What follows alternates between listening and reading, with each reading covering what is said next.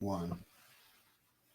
What's good, Wagering World? It's your boy Five Star in Vegas, broadcasting live as always from beautiful Summerlin, Nevada. In here with my co-host, my guy, the only Sacramento Kings fan that I know. What's good, Spreader Star? How are you today?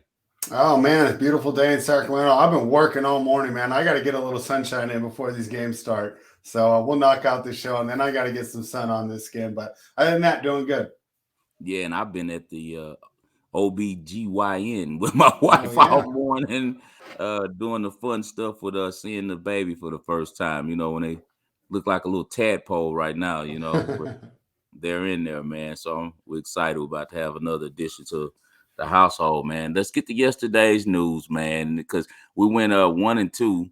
Um, we both were on the opposite sides of each other and had the arguments on why. But instead of us speaking about it before we went on air, we spoke about it on air, and we did a disservice to you guys, and we apologize. We're going to talk about that right now.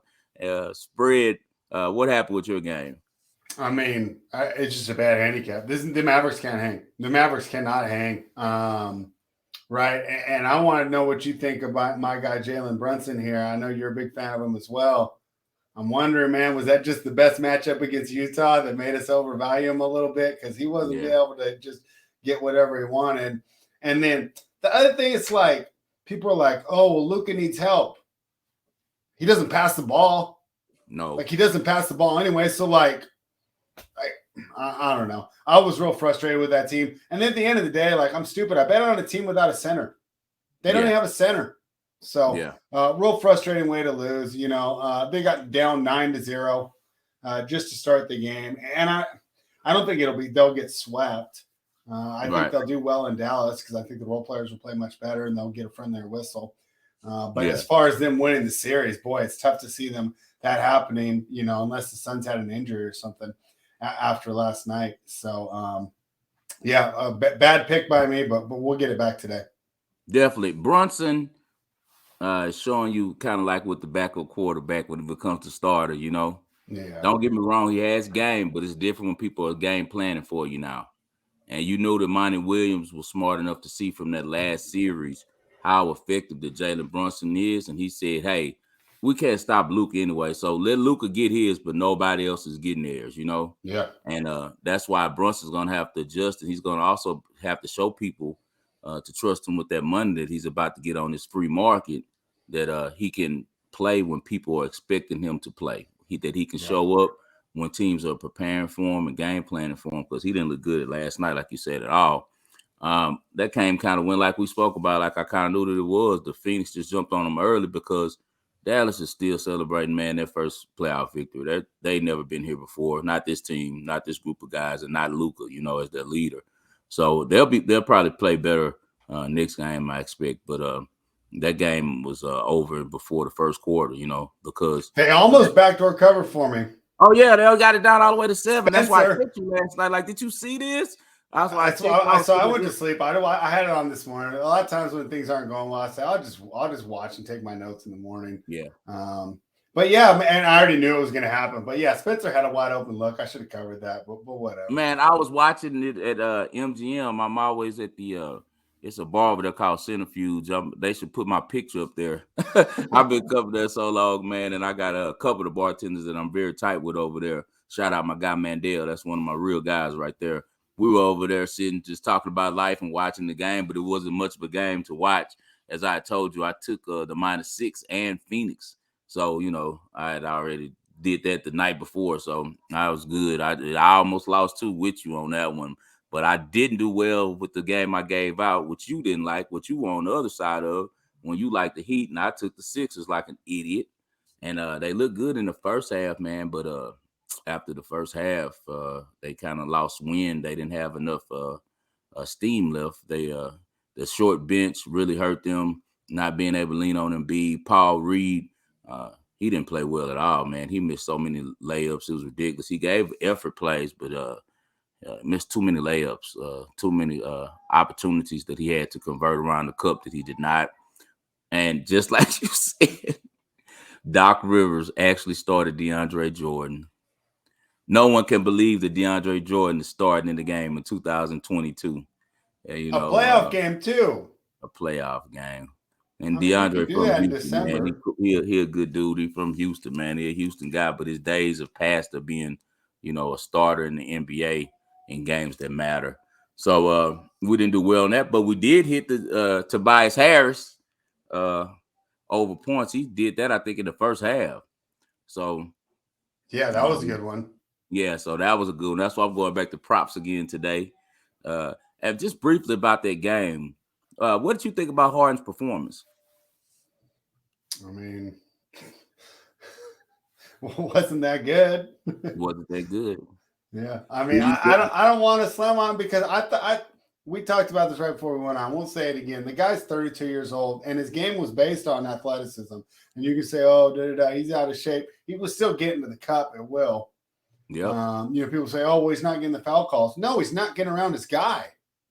He can't get around his guy. Yeah. He's not a threat anymore to challenge at the rim. He was one of the best dunkers in the league in his prime. Yeah. Mm-hmm. He can't challenge around the rim at all to make any fear come to. So now all he has is that teardrop or that floater, and people are knowing he's not going to go straight at him. So they already prepared for that, and they're either going for the block, and then when the block's not there, just blocking the shot. If they can't get the charge, then they, just block the shot. And man, it's just, people need to understand this man played a lot of minutes in Houston. I don't think people realize that. I do, because I went to most of those games. I was a season ticket holder, and me and my boys used to marvel at how this guy played every night. Even back then when LeBron and him had already started to sitting out stuff, he was in Cleveland, I think, at the time. And even back then, every time that I don't care if it was the Clippers, you came to a Houston game, if they were playing and that's when the Clippers weren't as good as they are now. They were late on his career, but at this time I'm talking about they weren't. If they were playing, who else sucked at that time? Your squad, Sacramento, anybody. He was there, man. He came to play. And the thing is, they'd be up against the Kings by like 22, and there'd be like 5 minutes to go, and he'd be yelling at D'Antoni for taking him out. Yeah, because the thing is, he wanted the ball. I never forget a long time ago. You know how on the local broadcast they have different little specials about the players, right? So this is when Dwight Howard was still with the excuse me for adjusting my glasses. I got to get these adjusted. They haven't been tightened in a while. I haven't been warm in a while today. I put them on a little loose. They keep falling, y'all. Excuse me. But they had a special about the players, man. And all of the players, they were asking, like, if you wasn't an NBA player, what would you do besides this? Everyone had the weirdest little stories. Pat Bev said he'd probably be in jail. And look what Dwight Howard said, he'd be a male stripper. Ain't like 7 of his 8 baby mama strippers. He said he'd be a male stripper. I'm like, this guy's suspect. So he said that, and then next, I guess he's just a freak. So then next was Harden, of course, was the last one. Everybody else joking and laughing. He was so serious, dude. He was like, I'd be probably a coach somewhere, coaching a high school, trying to work my way up to work in a university, and probably my final goal would be, coaching in the NBA. And when he said that, I was like, oh, this dude loves basketball for real. You know what I'm saying? Like, because that means no matter, even if you didn't have the talent, he loved the game, by saying he wanted to be around it and coach it and stuff like that. So Harden gave his all. Yeah, he partied. He probably took for granted the talent that he had and did a lot of stuff off the court that probably also added extra miles to his career too, by the late nights. It's not good for your body not getting rest and stuff. That's one of the main reasons why LeBron is such a great performer at his age. He takes rest very seriously. He's serious about sleep and stuff.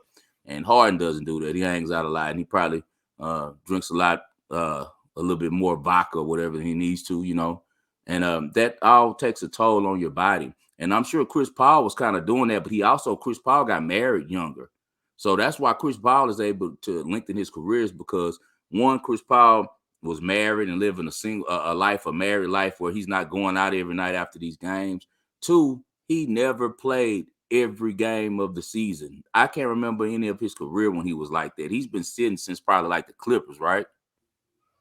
Yeah, and he never relied on athleticism, man. He's always been like a smart player that had a ton of skill and that would just get a little bit of step, and then, he had that huge mid-range arsenal, right? Well, Harden was just blowing by people left and right. You know, even on his step back, sometimes he'd have like 4 or 5 feet of space because people would have to play off him so far. So, yeah, I mean, when people say Chris Paul and LeBron, they got y'all tricked, man. For my whole life, around 30 point guards, cornerbacks, right? These real athletic-based skill sets, right? Skill positions. Yes. They don't last. They don't last. No. Gary Payton had a huge drop-off. Kevin Johnson, my guy, our mayor in Sacramento, huge drop-off. He came to the Rockets and just stole all our money with that after he was 30. You know what I'm saying? You got to know, don't sign these guys over 30. That's why when the Sixers are looking to extend him, I'm like, good luck with that.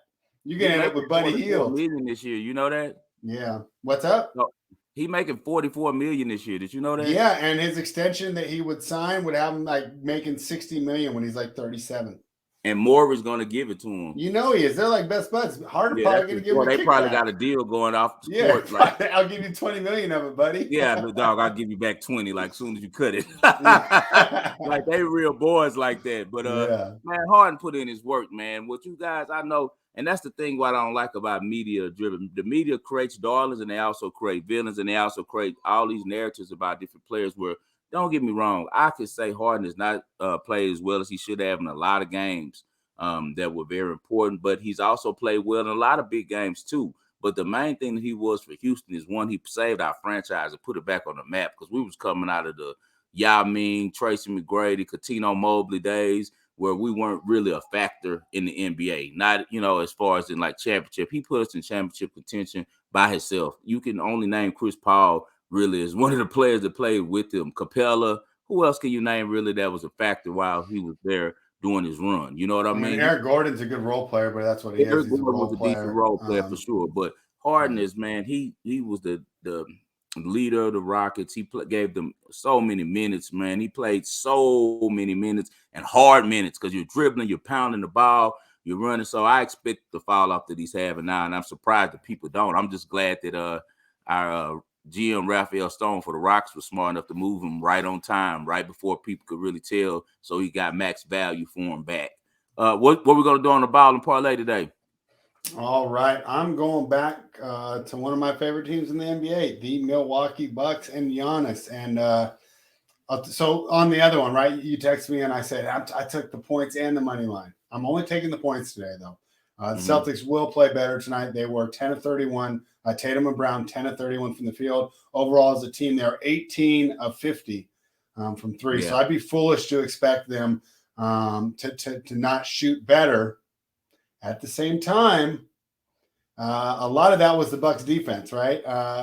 You go, oh, well, they're all these wide open threes. Yeah, but who was taking the wide open threes? It wasn't Tatum and Brown, right? Yeah. It was Al Horford, Robert Williams, right? Guys, you're like, hey, I designed my defense right if that's the guy that got the open shot, right? Right. So I do like the Bucks to keep it close. And right before we came on, Marcus Smart was ruled out. And during the regular season, we kind of thought that Marcus Smart had the Draymond style effect on the team, where if you play daily fantasy, right, you do your props. Like Marcus Smart's not a guy that puts up numbers, but he affects the whole team. He gives them toughness. He takes the other team's best player and he creates accountability on the floor, play in and play out. So I think that's a huge loss for the Celtics. I like it even better for the Bucks to keep it close tonight. Give me the Bucks +5. Yeah, who you think will be in the starting lineup? Probably the kid they traded for from Derek White, right? Yeah, Derek White is who I was. It's either Derek White or Grant Williams. They're gonna I just looked right now. It's Derek White. They officially announced it. Derek White is in. They'll drop off defensively with him, but he's a good offensive player, though. Derek White is a good offensive player. He's all right. He can't create, but he can hit an open three. But he's another guy that they were fine with letting to shoot the threes. Yeah, and that goes kind of with my play tonight, because I'm going to go back to my props. That's the only game. The only thing that we won yesterday was the over on the Tobias Harris. I'm going to go back with my props. I'm going with Jaylen Brown over 22.5. He went 4-13 last game. He had a horrible game, and it even helps more. I made this pick before I even knew that that the kid was going to be out, the starter at point guard. So this is going to help a lot, because now that Jaylen Brown will be probably handling the ball a lot more, you know. He's the only creator now with the handle, if you think about it, because Tatum can't initiate the offense. It's going to be probably Jaylen Brown initiating the offense tonight. I expect the Bucks to continue to be zeroed in on Tatum and trying to stop him, and the benefit of that will be Jaylen Brown. Marcus Smart, as we said, won't be in. So as I said, he'll probably be the ball. Most of the plays probably initiate with him as far as off the dribble. Most of the pick and rolls will most likely be him. I see him having a big bounce back game. Jaylen Brown's a guy with a lot of pride, very competitive. He kind of was a shadow of himself last game. I don't know if he shrunk or what happened, but I think that they have a very good coach who knows how to communicate well with his players and get the best out of them. Jason Tatum has a game that's more conducive on being able to make hard, difficult jumpers. Jaylen Brown does shoot a lot of threes, but most time they're open from the attention to Jason Tatum. And the coach does a great job of getting him back screen and stuff and getting him good looks. I think he knocks down those threes tonight. I didn't get a chance to see because they took down the props on Boyd right before we got on due to Marcus being out. So because of that, I didn't get the over 3 points that I need to see on the 3-pointers for Jaylen Brown. But I also, if you guys see him on his 3-pointers, I'm guessing it'll be 2.5. If you see 2.5 over on Jaylen Brown, I see him going over 2.5 on his 3-pointers as well tonight. But for sure, Jaylen Brown over 22.5. And spread's going with the Bucks +5. Real quickly before we get off, do you have any opinion tonight on the Warriors in the Memphis game? I lean Golden State. My idea here is that Golden State was able to get the win without Draymond Green. I don't think he'll get ejected again. I mean, who knows? Right? But they were able to get it done without him. And I think that one thing that Memphis has as an issue is John Morant only, he's so electric, but he's so reliant on getting to the hole. It just seems like you can pack the paint with the game on the line. So a couple different things there. Jaren Jackson, is he going to have 33 points again? Doubt it. But is Desmond Bain going to have such a bad game? Exactly. Doubt it. Dylan Brooks probably bounced back, right? So there's a lot of moving parts here. But for the fact that the Warriors played that well, missing Draymond this whole game, I do think they have a great chance to get it done. And then I hate that we have to talk about this, but of course they assigned Scott Foster to it. So maybe there's some shenanigans there. Memphis going to win then. Memphis will win. Yeah. I already like Memphis. That confirms it with Scott Foster there. That confirms it with him. We shouldn't be handicapping this way. It's like a joke, So it's Scott a joke. Foster is home teams against the spread this year. Out of 51 games officiated, he's 27-24 to the home team. Win-loss 29-22. Average home score is 110. He likes the home teams, man. Home favorites are 10-6 against the spread with Scott Foster as the referee on spreads between 0 and 4.5. And I already was leaning Memphis. I told you before the thing. I just feel like Memphis can't lose this game. Golden State, if things go, it don't matter for Golden State. They're free rolling because they're not losing at Chase Center. So in my mind, they already won the series. I think that they could still win, but Memphis for sure wins this game. And the reason why I think they win this game, in my opinion, is they can't lose this game because what you said there.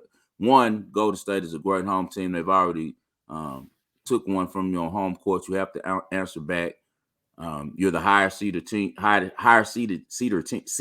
Excuse me. So you have to do the best you can to try to at least capture home court advantage back. The only way you're going to capture that back is you have to get this split. Like, this is a do or die game for Memphis, and I just think that they're going to come with a lot of energy, and I think that they start fast. I actually would like Memphis first half and for the game because I think they start fast like last game, but the difference is that Golden State necessarily doesn't have to have that push. Now, if Memphis, caves and they can't deal with the pressure and they open up a big hole for Golden State to come back, and now it's the end of the game and Golden State's close, it's over. Golden State's going to win.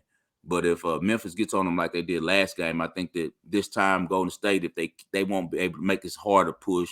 I think Kerr, you saw he was playing Kuminga some last game a lot. I know Green went out, so that's probably why he was forced to, but he still got a lot of minutes. There was other lineups they could have went to.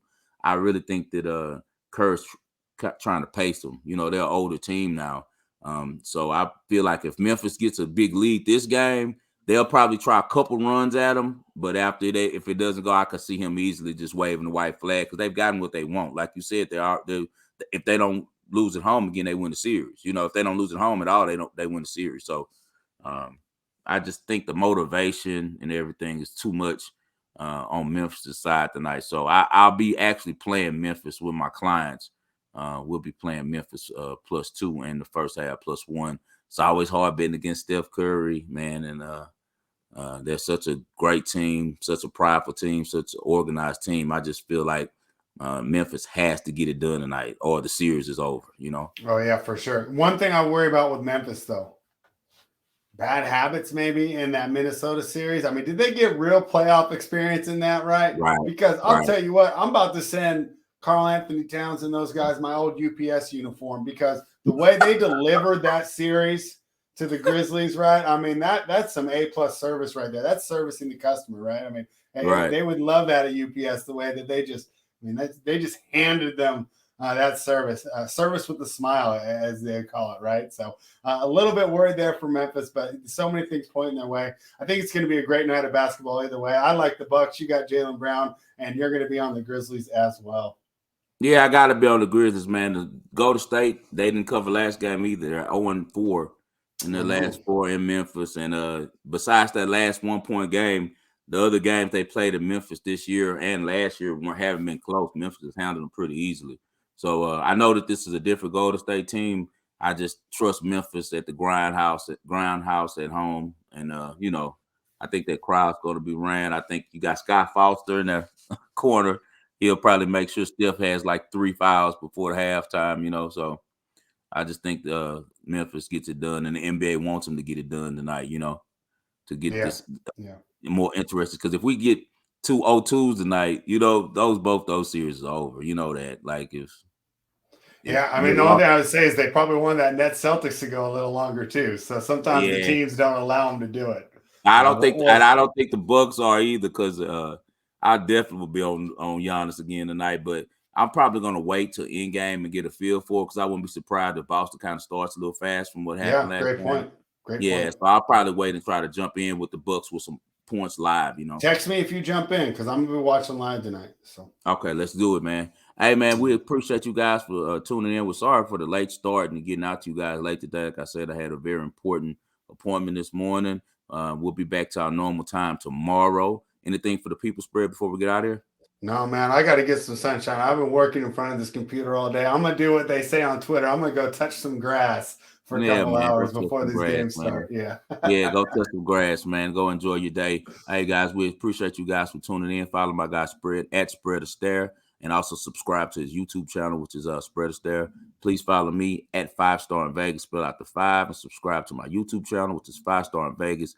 Sports investments, and also subscribe to SCOON TV. We're here Monday through Friday every day with the best sports for you guys. We're winning 14 out the last 15 weeks, man. We're 1-2 this week. Let's clean it up today, and let's get this thing to 3-2 so we can get the rest of the week all wins and get back to the winning ways that we know on this show.